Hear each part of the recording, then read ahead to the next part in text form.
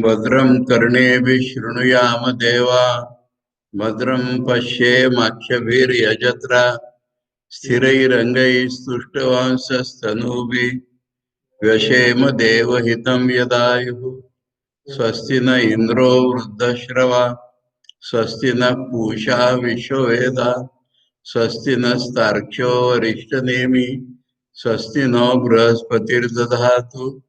ओम शांति शांति शांति। कल हम लोगों ने प्रश्नोपनिषद पढ़ने शुरू कर दिया था।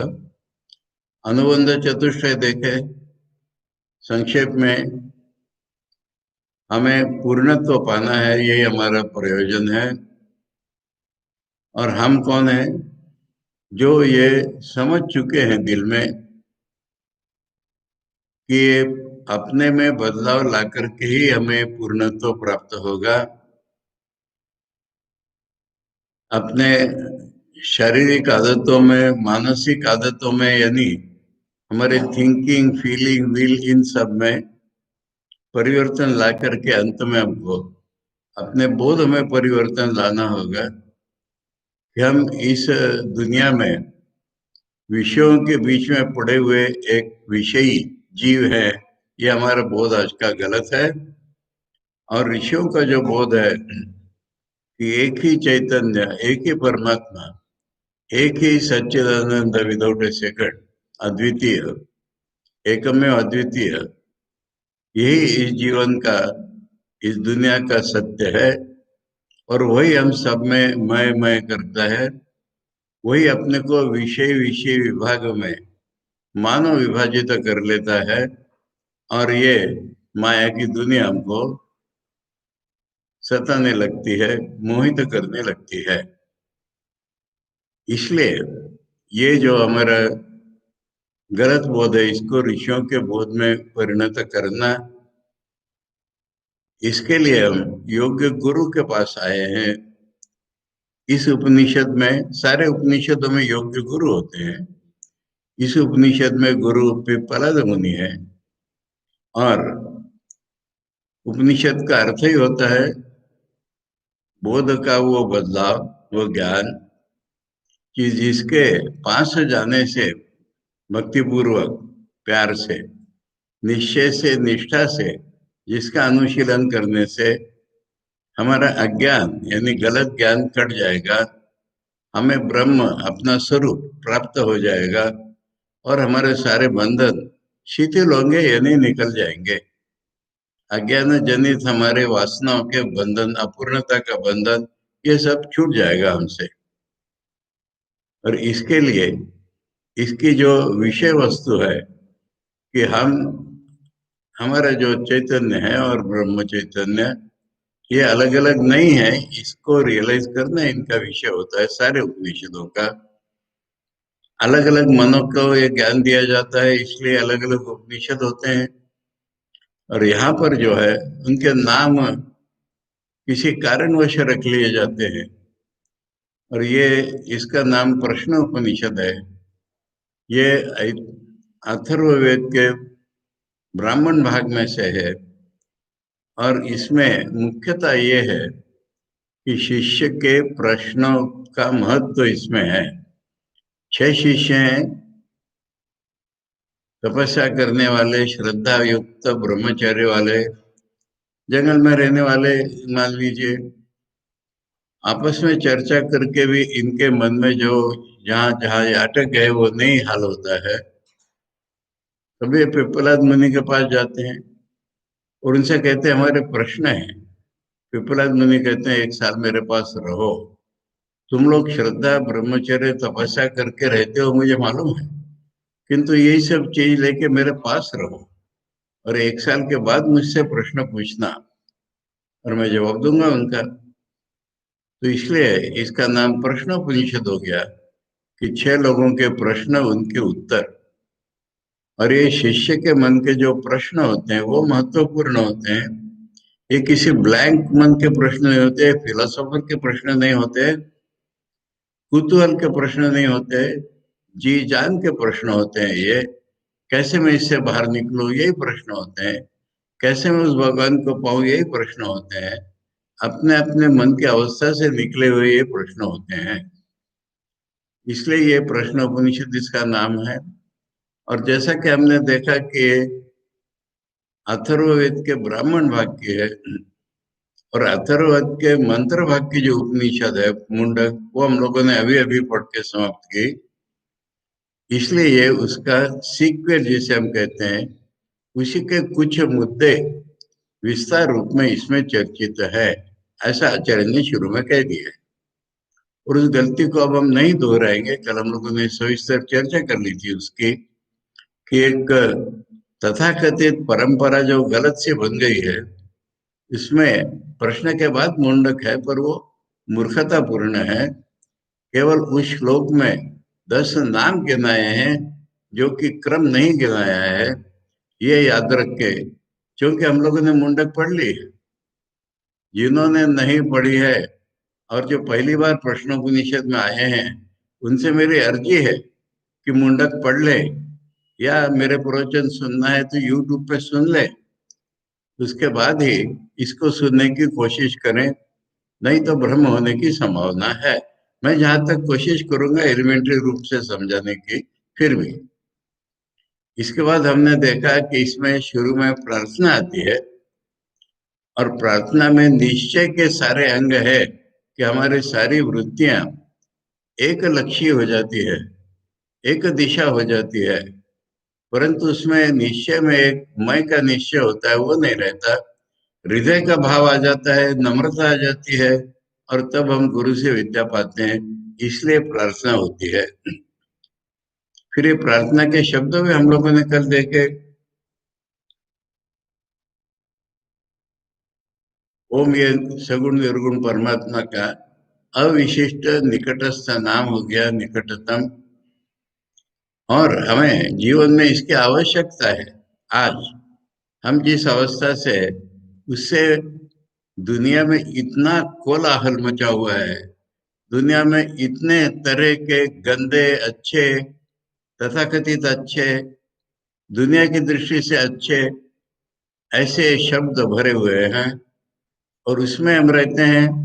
इसलिए हमारी भगवान से प्रार्थना है कि हमें वो शब्द सुनने को मिले जिससे हमारा मन भगवान की ओर जाए, और हमारा मन भी ऐसा शुद्ध होता रहे कि हमें कोई भी शब्द भगवान की ओर ले जाने वाला ही हो। और कान हमारे सबसे तेज इंद्रिय होने के कारण उसी के बारे में पहले प्रार्थना की गई, और उसके बाद दूसरा नंबर आता है आंखों का। हम कहते हैं चक्षु कर्नेल विवाद मिट लो, आंख से देखते उसके ऊपर हमारा ज्यादा विश्वास होता है, सही। परंतु कान है हमारे दूर तक जाने वाले इंद्रिय होने के कारण, आड़ में रहने वाली चीज में हमको सुनाई पड़ती है। इस कारण कान के लिए पहले प्रार्थना करके फिर आंख के लिए प्रार्थना। कान और आंखों के जोर पर ही हमारा जीवन ज्यादा चलता है अन्य इंद्रियों की तुलना में। इसके उपलक्षण में सारी इंद्रिय मान लो, परंतु ये दो प्रधान इंद्रिय है। इसलिए हम आंखों से ऐसे ही वचन, ऐसे ही दृश्य देखें जिससे हमारा मन भगवान की ओर जाए, और हमारा मन भगवान की ओर जाने वाला इस तरह बन जाए कि हम जो भी देखें वो हमको भगवान की ही याद दिलाए।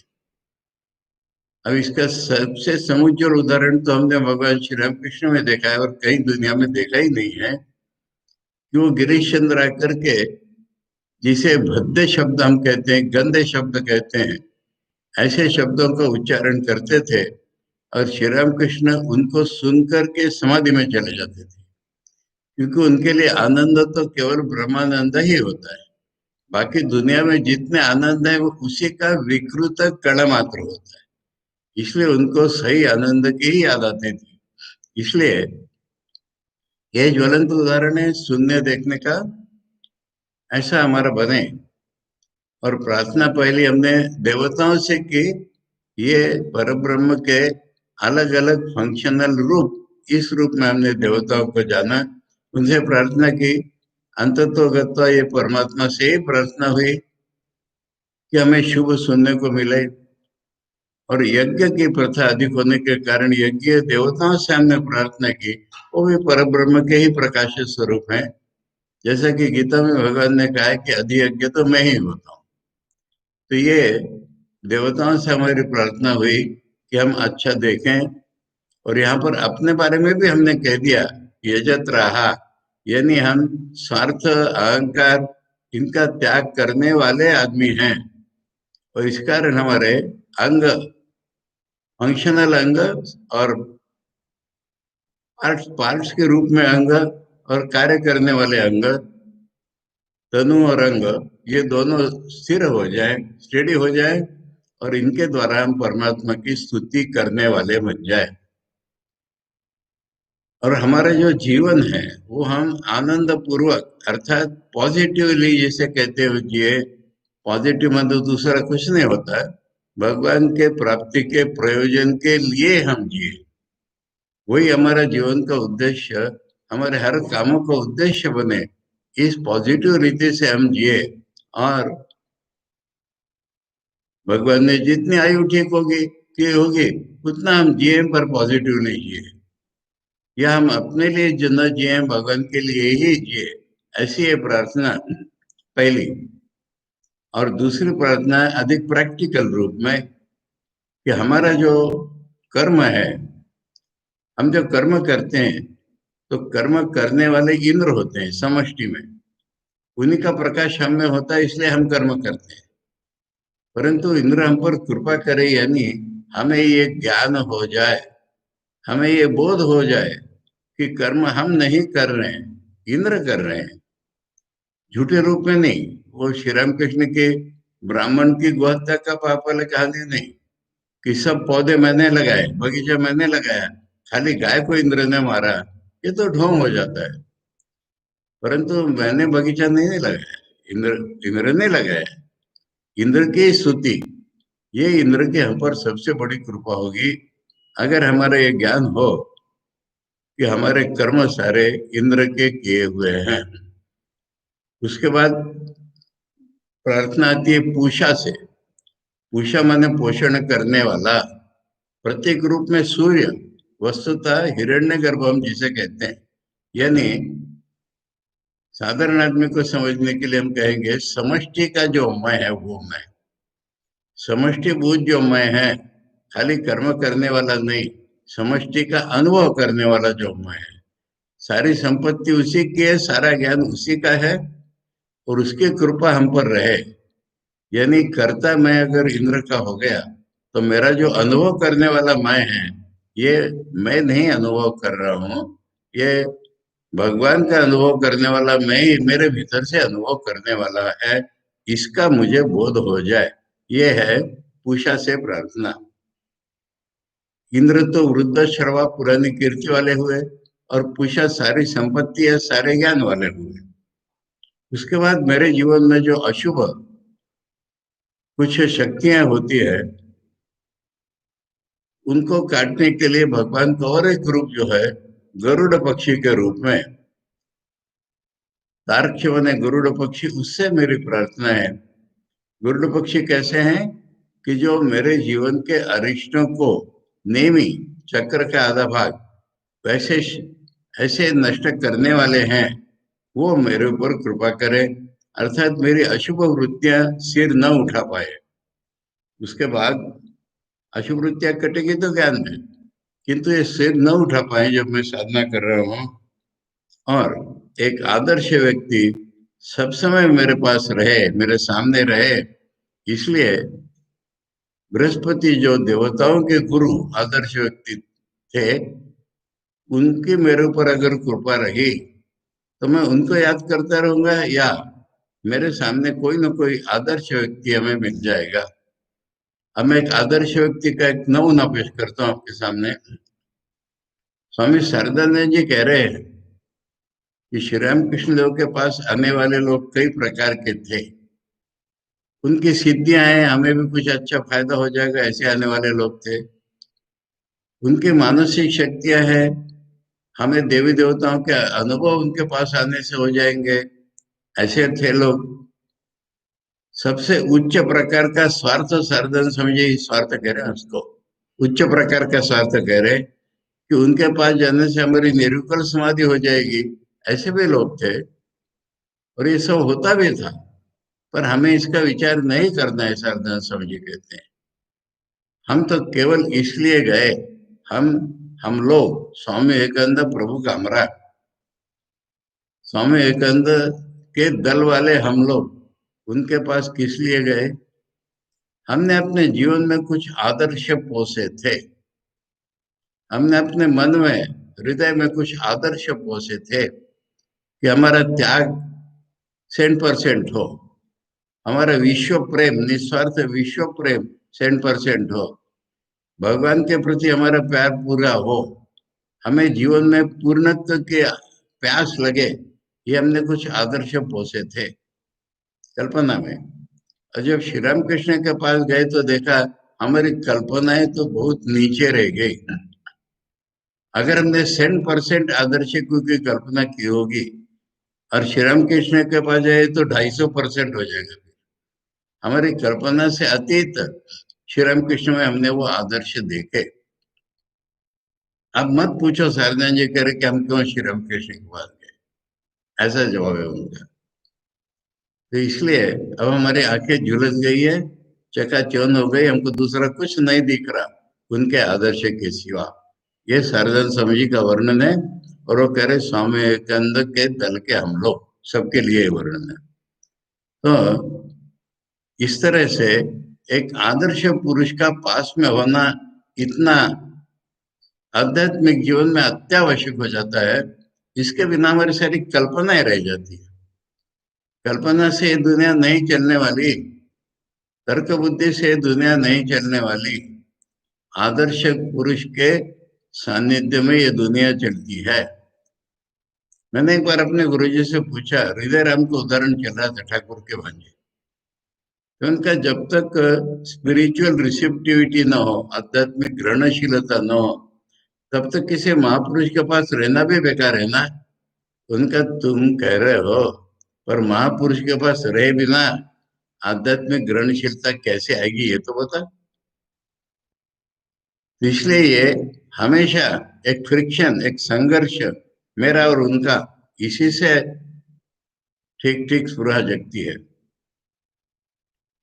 पूरी दुनिया को अगर हम देखें, भारत के लोग जब बाहर गए, बाहर के लोग जब भारत में आए, तभी तो इस कल्चर से उस कल्चर का संघर्ष हो करके अमेरिका में, यूरोप में, सब जगह आदर्श फैलने लगा। ये एकमात्र कारण है। तो इसलिए ये महत्व की बात बृहस्पति की प्रार्थना द्वारा इसमें सिद्ध की जा रही है। उसके बाद यहाँ तक हम लोगों ने कल पढ़ा था और सोचा था कि इसके बाद जो शांति त्रिवार उच्चारण है उसको आज सोचेंगे। उसकी बारी अभी आ गई। ये 3 प्रकार की शांति नहीं होती, शांति एक ही प्रकार की होती है। शांति तो शांति ही होती है, किंतु अशांति के कारण 3 प्रकार के होते हैं। इसमें भी पहले ओंकार का उच्चारण है, यानी उसी निर्गुण सगुण परमात्मा के सहारे ही हमारे जीवन में ये चीज होने वाली है। नाम 3 होते हैं, आध्यात्मिक अशांति, अशांति के आध्यात्मिक कारण, अशांति के अधिभौतिक कारण, अशांति के अधिदैविक कारण। आध्यात्मिक माने जैसे हम आत्मा पर आधारित, ये अर्थ यहां मत कीजिए। आत्मा माने जिसको हम खुद मानते हैं उसको आत्मा कहते हैं। हम खुद किसको मानते हैं? अपने शरीर को, अपने मन को। तो उनके कारण जो अशांति होती है हमें, हमारा शरीर बीमार है, कभी ऐसा है, कभी वैसा है, कभी आलस से भरा हुआ है तमोगुण से, कभी ज्यादा रजोगुण हो गया है, ऐसा होते हुए भी हम अपने मार्ग में शांति पूर्वक यानी दृढ़ता पूर्वक आगे चले। फिर हमारा मन है, मन कभी ऊंचा, कभी नीचा, कभी अच्छा लगता है, कभी नहीं अच्छा लगता है, कभी ध्यान भजन करने की इच्छा इतनी होती है, कभी खूब जोर की होती है। ये सब होने के बावजूद भी हम अपने रास्ते चलते रहे। ये याद रखिए कि ये अशांति के कारण मिटाने की प्रार्थना नहीं है। अशांति के कारण अगर मिट जाए दुनिया से तो हम सो जाएंगे, स्ट्रगल नहीं करेंगे। इसलिए अशांति का कारण होते हुए भी, इनके बावजूद भी हमारी स्ट्रगल चलती रही, इतनी प्रार्थना होती है। उदाहरण दिया जाए तो किसी को जब चमड़ी का कुछ रोग हो जाता है तो उसको कहते हैं पूरी जाकर के समुद्र नहाओ। और समुद्र के किनारे खड़ा है, अरे ना क्यों नहीं रहो, समुद्र में इतनी तरंगे उछल रही, मैं कैसे रहूं, तरंगे चली जाएंगी तब मैं नहाऊंगा। तो उसका कभी नहाना नहीं होगा। तरंगे चलती रहेंगी, उसके बावजूद तुम्हें समुद्र में नहाना है। इसलिए ये 3 बार शांति का उच्चारण इसलिए होता है कि 3 प्रकार के अशांति के कारण होने के बावजूद हमारा मार्ग हम चलते रहे। दूसरे प्रकार के अशांति के कारण अधिभौतिक, यानी हम जिसके नेचर कहते हैं, याद रखिए हम लोग नेचर नेचर नेचर कहते हैं, ये प्रकृति कोई निर्जीव चीज नहीं है। हम माँ को ही परमा प्रकृति कहते हैं ना। प्रकृति एक शक्ति है और ये शक्ति हमारे ऊपर कार्य करती है हमेशा ही। अब इसके 3 रूप हमको बाहर दिखते हैं। पहला तो वही जैसे हम नेचर कह रहे हैं, गर्मी है, शीत है, उष्ण है। एसी डिस्कवर कर लेने से क्या होता है, शीत उष्ण हम पर इन्फ्लुएंस करते ही है। ये बाहर के नेचर का हमारे ऊपर प्रभाव, शीत उष्ण बरसात, हर प्रकार का नेचर हम पर कार्य करता रहता है।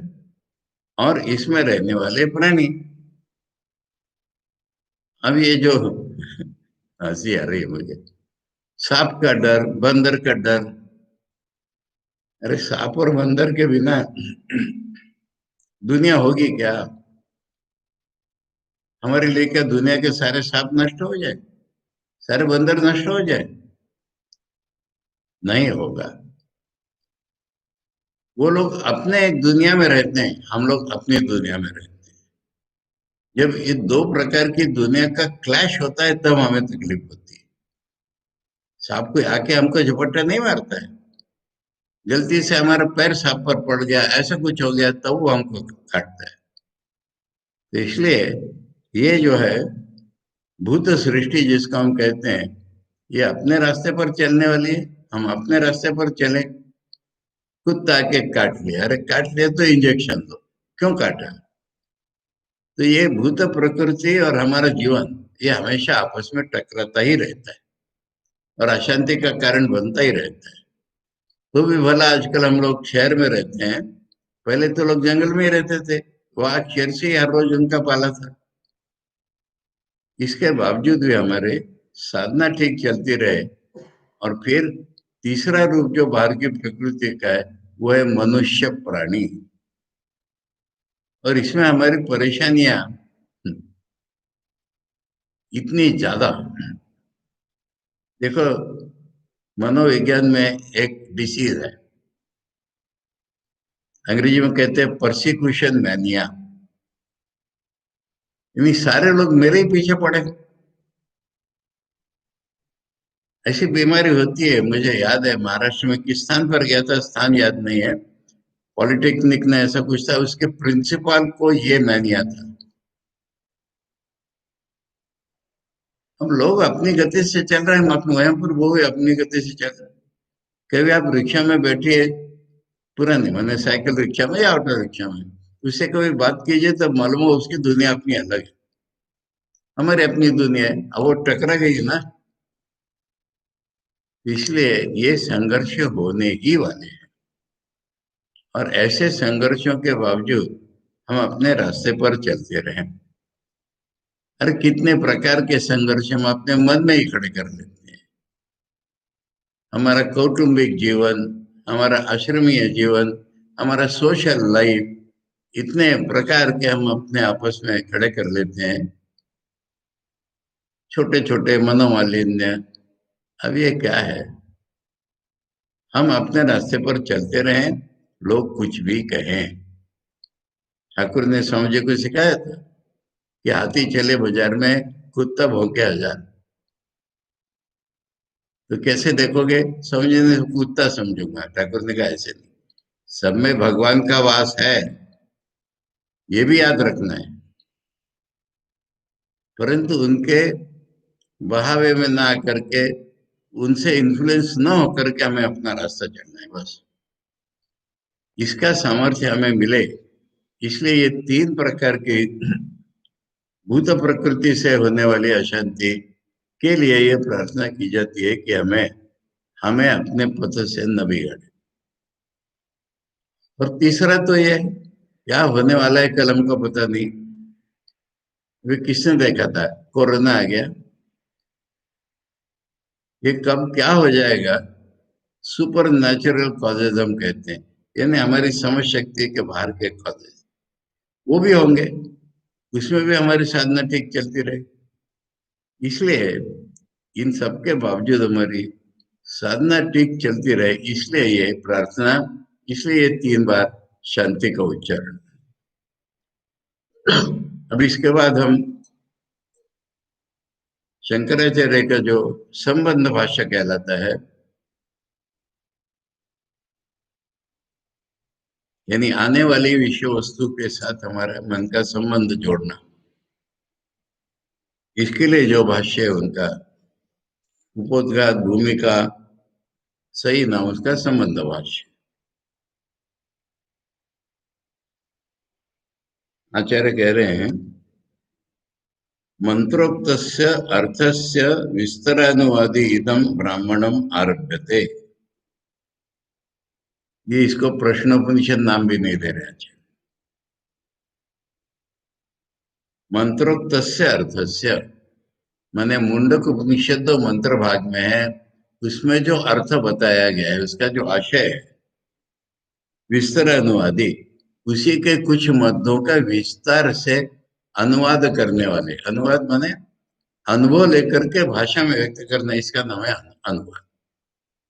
शब्द का शब्द ट्रांसलेशन नहीं होता है, जो भी लेखक ने बोला है जो भी है उसका अनुभव करके भाषा में व्यक्त करता है, ये अनुवाद के शब्द का अर्थ है।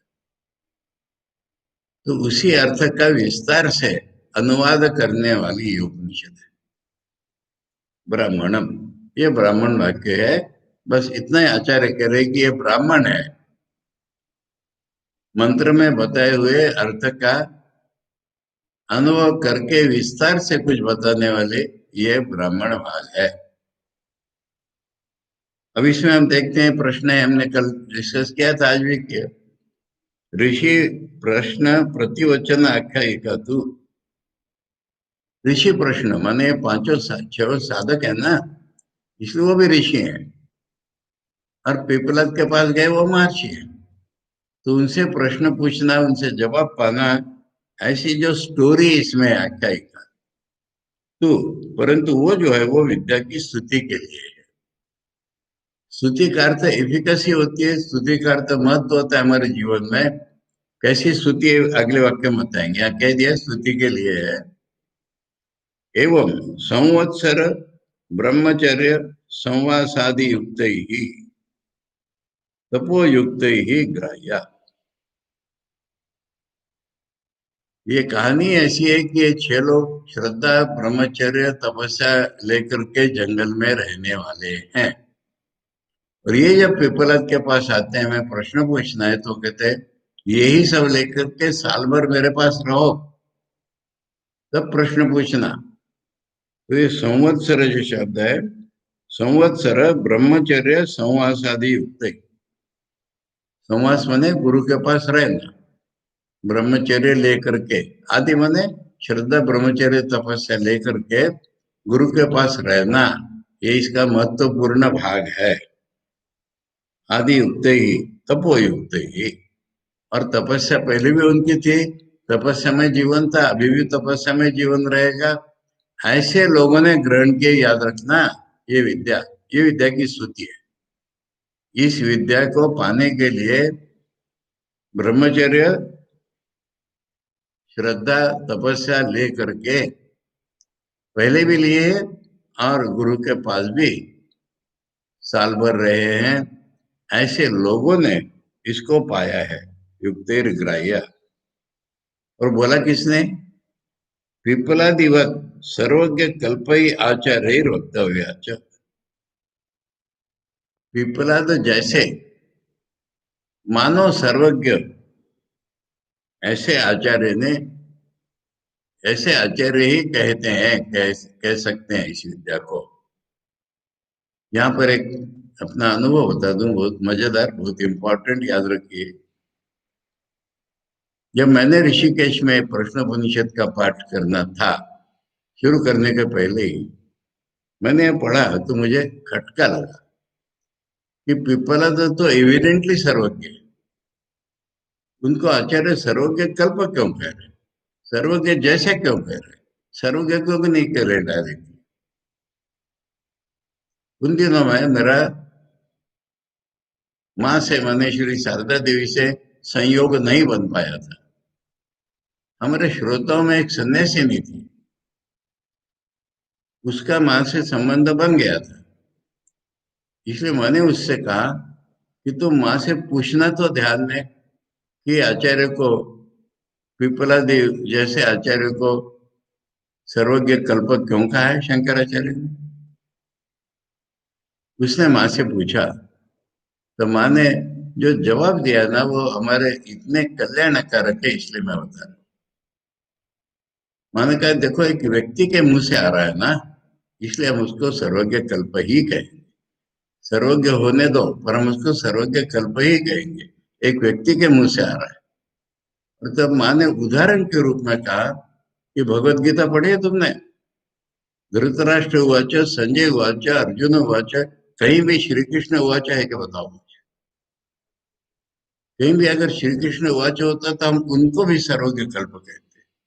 और गीता में श्री भगवान उवाच है, सब जगह श्री भगवान उवाच है, कहीं श्री कृष्ण उवाच नहीं है। ये बात हम लोगों में से कितनों को स्ट्राइक हुई है, बताइए। ये माँ ने इसका उदाहरण देके बताया, इसलिए हमारे लिए गीता अधिकृत ग्रंथ हो गया। उपदेश देने वाले भगवान है, एक व्यक्ति नहीं है।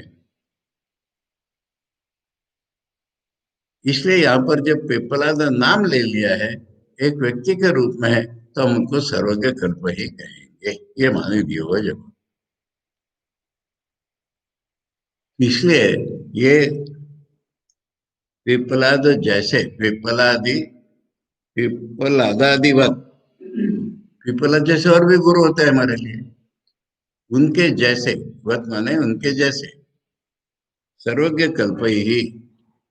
सर्वज्ञ कल्प माने करीब करीब सर्वज्ञ, या सर्वज्ञ जैसे आचार्य ही वक्तव्य। ऐसे लोगों ने बोलने लायक होती है ये सर्वज्ञ कल्प।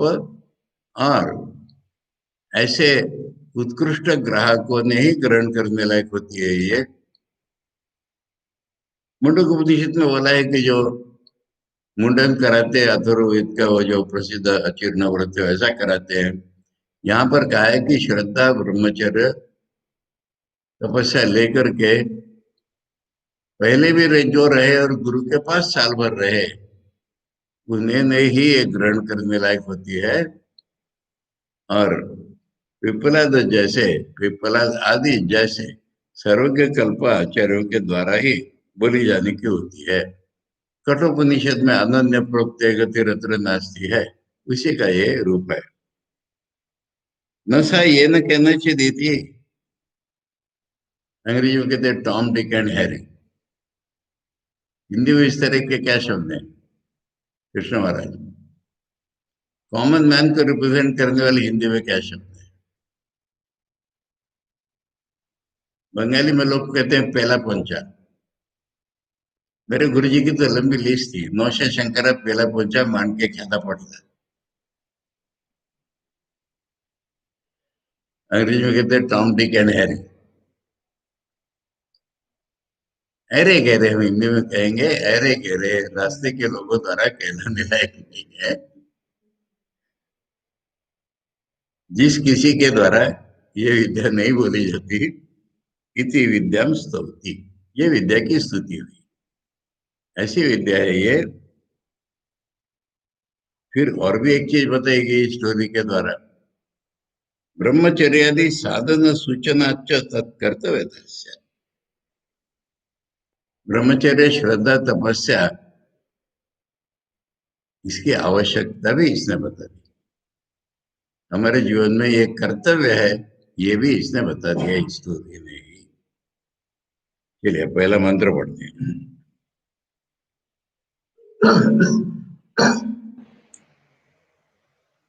ओम सुकेशा च भारद्वाजः शैब्यश्च सत्यकामः शौर्यायणी च गार्ग्यः कौसल्यश्च अश्वलायनो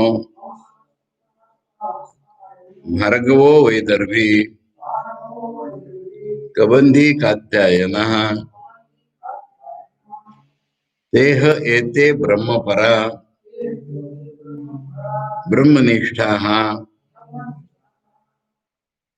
परम ब्रह्म अन्वेषमाणा एषः वै तत्सर्वं वक्ष्यति इति तेह समित पाणयो भगवंतं पिप्पलादम उपसन्नाः। इसमें एक बात दोबारा बताता हूँ, रोज बताता हूँ कि ये वेदांत कोई एक तर्क के द्वारा ग्रहण करने की फिलोसॉफी नहीं है। वेदांत जीवन का शास्त्र है, अनुभव का शास्त्र है। इसलिए गुरु के पास गया, गुरु से पूछा, ये सब वेदांत है, इसको छोड़ के नहीं है वेदांत।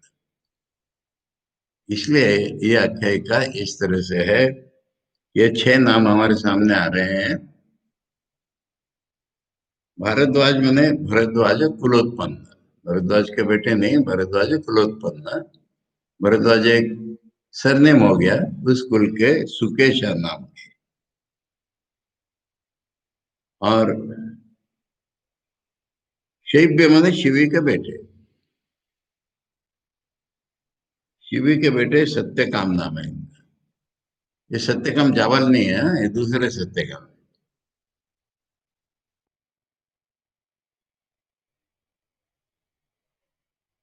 सौर्यायनी, कुछ लोग अपने बाप के नाम से प्रसिद्ध होते हैं, कुछ दादा के नाम से, कुछ फैमिली के नाम से। तो सौर्यायनी माने सूर्य के पोते।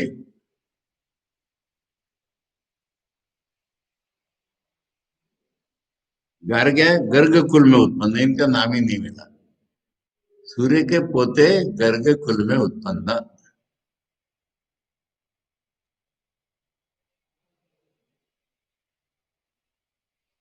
अश्वलायन अश्वल के बेटे, इनका नाम है कौशल्य।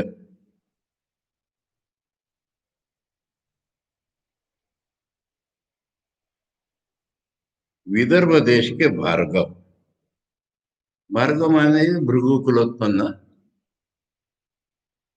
विदर्भ देश कौन सा है? हुँ? हाँ, नागपुर को भी स्ट्रिक्टली विदर्भ नहीं मानते लोग, नाग विदर्भ कहते हैं। विदर्भ दो जगह हमें आता है। रुक्मिणी विदर्भ की थी और नल दमयंती में दमयंती विदर्भ की थी। ये दोनों अमरावती के थे। नागपुर से नेक्स्ट जिला पड़ता है अकोला, अकोला से नेक्स्ट पड़ता है अमरावती, वहां के थे। तो तुम नागपुर कह रहे हो, 8 जिले पहले वराड कहलाते थे। 8 जिलों के फिर 2 भाग करते हैं, 4 नागपुर और 4 वराड ऐसे। खैर, रफली ईस्ट महाराष्ट्र समझो बस, ये विदर्भ। तो ये विदर्भ देश प्रसिद्ध है, इसलिए उसका नाम दिया है। कहा ना प्रसिद्ध इसलिए कि रुक्मिणी वहां की है, दमयंती वहां की है, इसलिए। और है भृगुकुल उत्पन्न, भृगु तो बड़े प्रसिद्ध ऋषि हैं, इसलिए।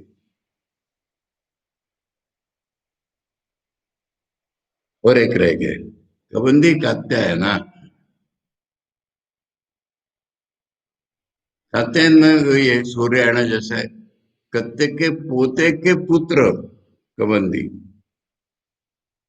कात्यायना माने पोते के पुत्र, ग्रेट ग्रैंडसन कबंदी। ये 6 लोग हैं।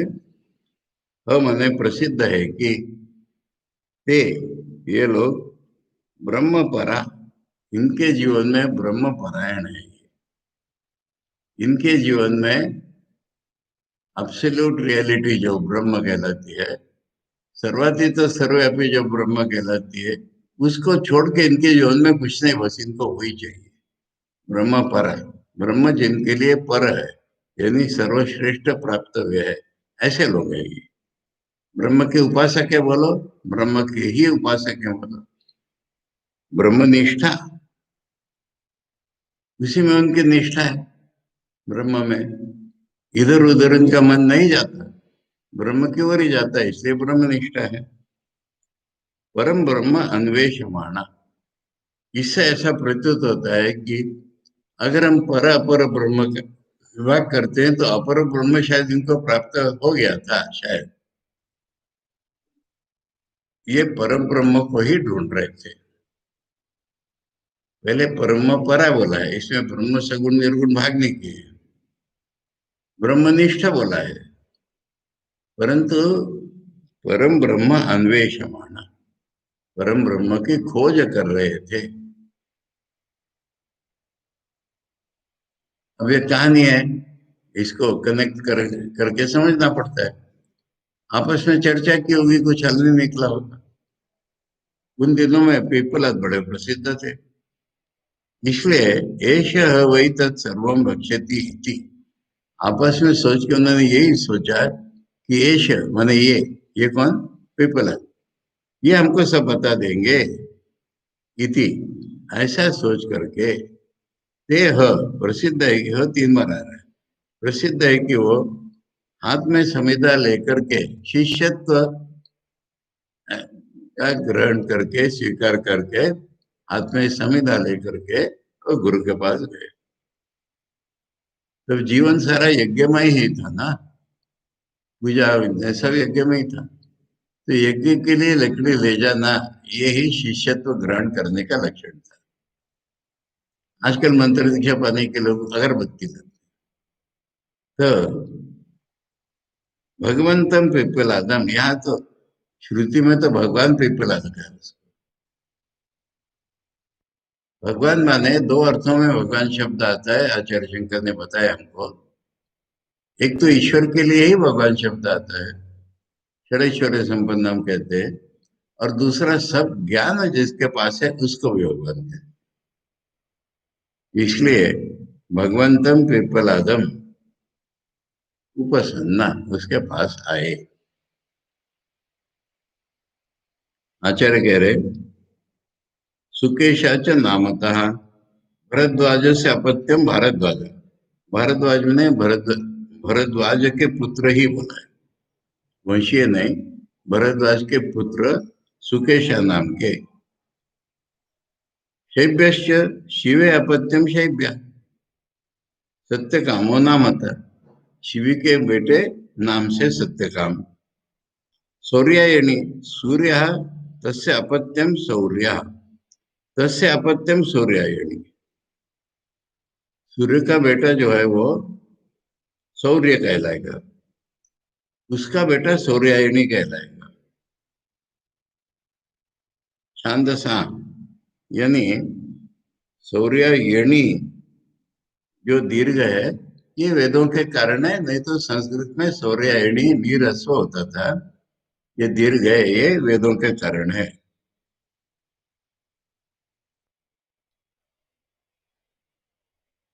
सौर्यायणी इति, इसलिए इसका सौर्यायणी ह्रस्व, ऐसे ही नाम कर लो, इति।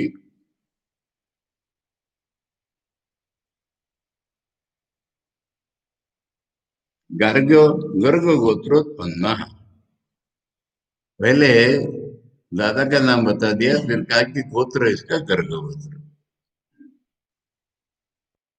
गर्ग कौन थे प्रसिद्ध, श्री कृष्ण के कुल पुरोहित थे, और श्री कृष्ण नंद यशोदा के घर में पढ़ रहे थे, इसलिए चुपचाप जाकर के वहां उसको उपनयन करा दिया था गर्ग ने,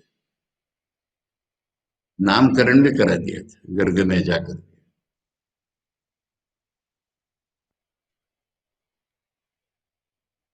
कौशल्य नाम तो, कौशल्य उसका नाम है, अश्वल से अपत्यम आश्वलायना, हिंदी भाषी एरिया में और दक्षिण में भी, महाराष्ट्र में भी, बंगाल में नहीं है, नाम के साथ बाप का नाम जोड़ा ही जाता है। यूपी में सरनेम में नहीं होता बहुत सौ को, राम नारायण रामलाल। मैंने रामलाल के बेटे राम नारायण। पहले अपना नाम फिर बाप का नाम होता भी है तो राम नारायण रामलाल शर्मा। बाद में नहीं भी होता है, बाप के नाम से पहचान। मराठी में नाम के तीन भाग होते हैं। आजकल स्टाइल में लोग बाप का नाम छोड़ चुके हैं। नहीं तो तीन नाम होते हैं ना। मजेदार कहानी बताते हैं। एक मराठी आदमी कहीं यूपी में गया है, साइकिल चला रहा है, कुछ गलती हो गई तो ट्रैफिक में रोका। नाम क्या है तेरा? बोले राम माधव जोशी। बोले तीन तीन नाम क्यों बता रहा है, एक बता। मराठी में कोई नाम पूछेगा तो कहेंगे राम, पूरा नाम बता तब राम माधव जोशी ऐसा कहेगा। पहला अपना नाम, फिर बाप का नाम, फिर सरनेम। ये मराठी में स्टाइल। साउथ में पहले बाप का नाम, पहले गांव का नाम, फिर बाप का नाम, फिर अपना नाम। और गांव का नाम और बाप का नाम अधिकांश इनिशियल के रूप में। T P Narayan. टी मैंने कहीं तंजौर कुछ होगा, पी उसके पद्मनाभ हो उसका बाप का नाम, वो नारायण। ये साउथ इंडिया में पड़ता है। इसलिए मैंने किसका ऑप्शन बंगाल में देखा। बंगाल में दो नाम, दो नाम नहीं होते, नाम के दो भाग होते हैं। भवानी शंकर, भवानी प्रसाद बनर्जी। तो ये बाकी भारत में इस तरह के नाम। खैर, तो यहाँ पर जो है ये सब ट्रेडिशंस पुरानी आई हुई है। इसलिए गर्ग गोत्रोत्पन्न सूर्य के पोते कौशल्य नाम तो अश्वलायन सपत्यम अश्वलायन भार्गवो भृगो गोत्र। अब संस्कृत में देखो, कभी पहले कभी बाद में दोनों प्रकार के स्टाइल। भार्गवो भृगोर गोत्र, गोत्रापत्यम। अपत्यम और गोत्रापत्यम मैंने उस वंश के। भार्गवो वैदर्भी, विदर्भे भवा, विदर्भ में जन्म हुआ था उसका। कबंदी नामता कत्यस्य अपत्यम कात्यायन।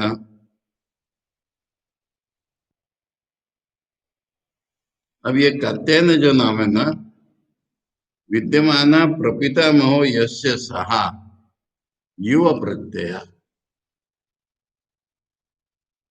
इसमें कात्यायन में जो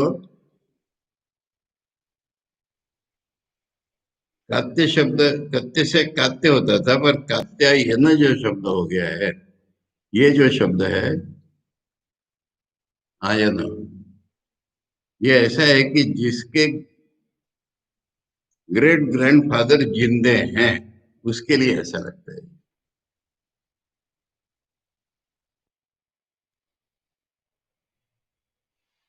विद्यमान प्रपितामह यस्य सा। शंकर नामों का स्पष्टीकरण करके समझा नहीं, क्योंकि हमें पता नहीं क्या पद्धति है।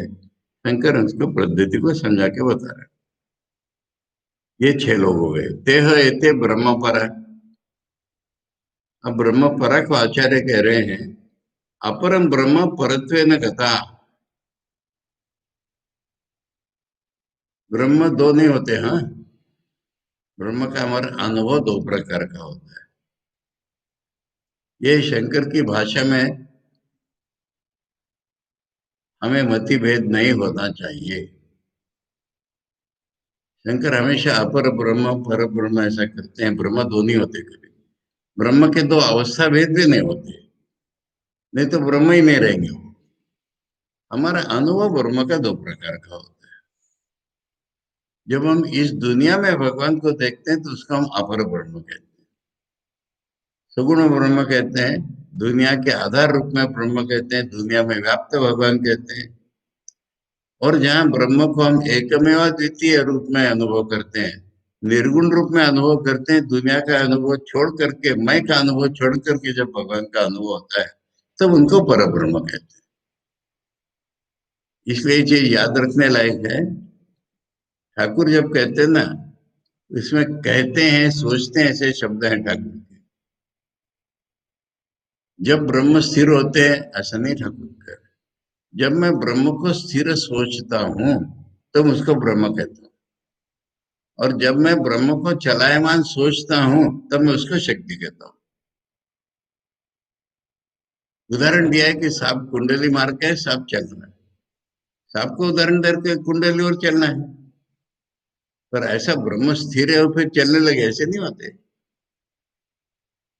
बात समझ में आई? महत्व की बात है ये। काफी लोग गलती कर रहे हैं, उदाहरण देख करके और गलती कर रहे हैं। अरे उदाहरण तो उदाहरण होता है। जैसे सांप कुंडली मार करके है और सांप चलने लगा, ऐसे जब मैं ब्रह्म को स्थिर रूप में सोचता हूं तो उसको ब्रह्म कहता हूं। और जब ब्रह्म ही सृष्टि स्थिति प्रलय ब्रह्म से ही हो रहा है सोचता हूं तो उसको काली कहता हूं। ये ठाकुर की भाषा है। इसलिए मनुष्य के अवस्था भेद है, मनुष्य के अनुभव भेद है, ये ब्रह्म के अवस्था भेद नहीं है। शंकर की भाषा पढ़ करके ऐसा लगता है एक अपर ब्रह्म है, एक पर ब्रह्म, ऐसे दो ब्रह्म नहीं होते कभी। फिर कहाँ गया आपका एकमेव अद्वितीय? इसलिए मनुष्य के अनुभव के आधार पर ये शब्द है इसलिए।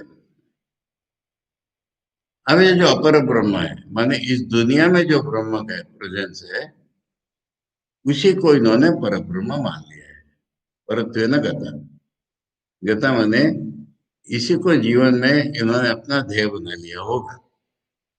इसलिए ब्रह्म परा माने अपरम ब्रह्म परत्व न गता। हाँ, तद अनुष्ठान निष्ठाश्च ब्रह्मनिष्ठा, उसी के उद्देश्य से उनके सारे कार्यकलाप हैं। अनुष्ठान उनके जो भी है उस अपर ब्रह्म के उद्देश्य से ही है। यानी इस दुनिया में देखो, ठाकुर के जीवन में लो तो बड़ा समझ में आता है। उनके दो गुरु विशेष माने जाते हैं, भैरवी ब्राह्मणी और तोतापुरी। तो भैरवी ब्राह्मणी ठाकुर को अपर ब्रह्म की ही शिक्षा दे रही है। कैसे पता है? जब ठाकुर तोतापुरी से मिक्स होने लगे तो ब्राह्मणी ने तो उसके पास मिक्स मत होना, तुम्हारी भक्ति ड्राई हो जाएगी। ठाकुर ने नहीं सुना वो।